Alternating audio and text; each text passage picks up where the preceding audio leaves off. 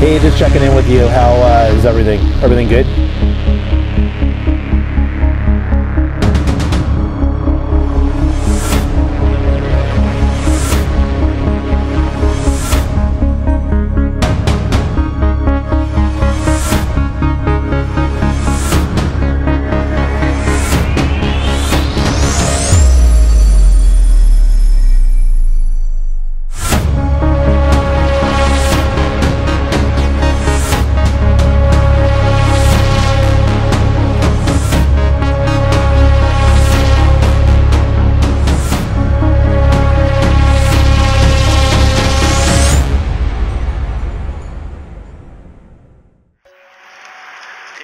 Spelling and who you're with. My name's Brentt, B-R-E-N-T-T, Sporn, S-P-O-R-N. I'm with ONSCENE Video Productions. All right, what happened here? What's going on this evening? We're rigging up the car for a new show. Right out of high school, I was heavily into photography. I loved it. I ended up shooting and chasing. I got my first Radio Shack scanner.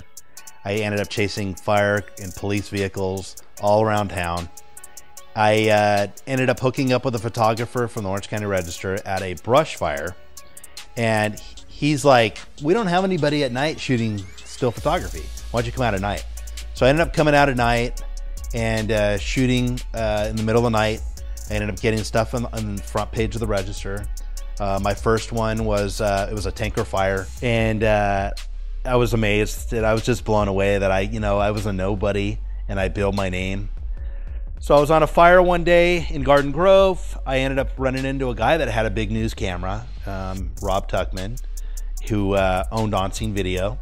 And he saw my name. He ended up getting the Register, ended up seeing my name on the photos all the time. And he's like, why don't you come? You have a good name out here. I ended up hooking up with him. And I ended up shooting video. And it just boomed. But I told him, you know, I'm a one-man band out here. We need to bring more guys on. We can dominate. And I was running into other companies out there from LA, and it was awesome. Part-time, I was working at the Cowboy Boogie doing security. I saw this dude running around with his head cut off, and he had a really rad Canon camera. I approached him, and I said, hey, what, you look like an adrenaline junkie. Why don't you come? I'll teach you. And and it boomed. He was one of the best people that we have on the team. So talk about the blimp story. I want to know what you were doing before and your story of. Yeah, so it was during the day. I was sitting under the freeway in Long Beach on the 105 watching pigeons fly by. And all of a sudden, the scanner came out of a aircraft down. So I'm listening up, and I hear it's the Goodyear blimp. And I knew exactly where it was. I jumped on the 110 over to the 405 into Carson. And the Goodyear blimp it came in too fast. And right where the landing pad used to be for the blimp, there's these horse stables. It's a nursery. It crashed into the horse stables. And the gondola underneath was crushed. The pilot got out okay. But I mean, that was a big story because everybody knows the blimp, But that was a big career story for me. It's a big one.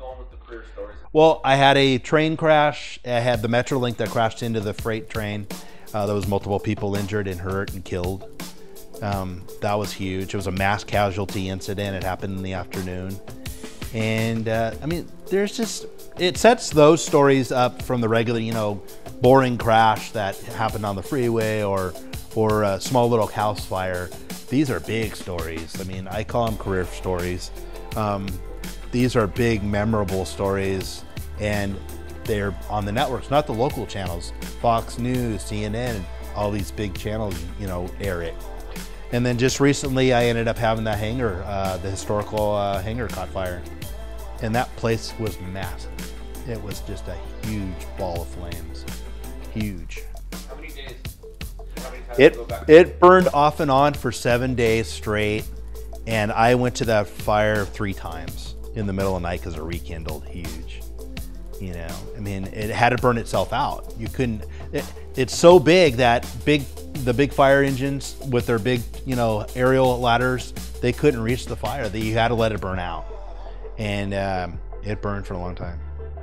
How do you deal with it? What have you seen? How do you deal with it? I think if you talk about it, it's a little bit better. If you keep it all in, that's just like law enforcement and firefighters. If you talk about it, Talk about what? talk about the bad things. I call it's the bad things.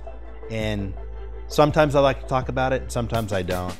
You know, I'm not going to sit around the dinner table and talk about, you know, guy that I just shot a video and he had a decapitated head. I don't really want to talk about that.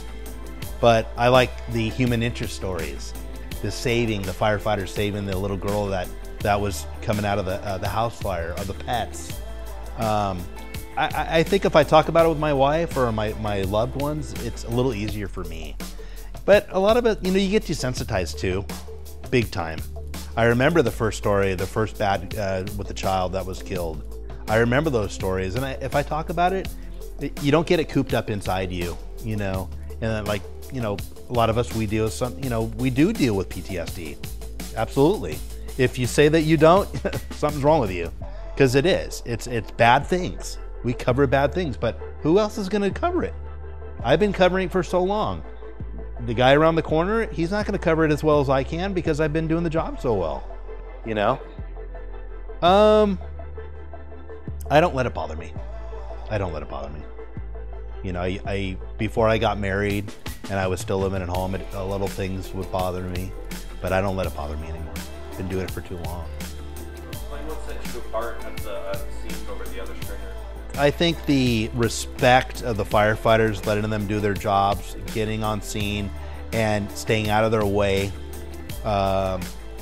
doing what I need to do, let them do their job, you know, and just building that respect.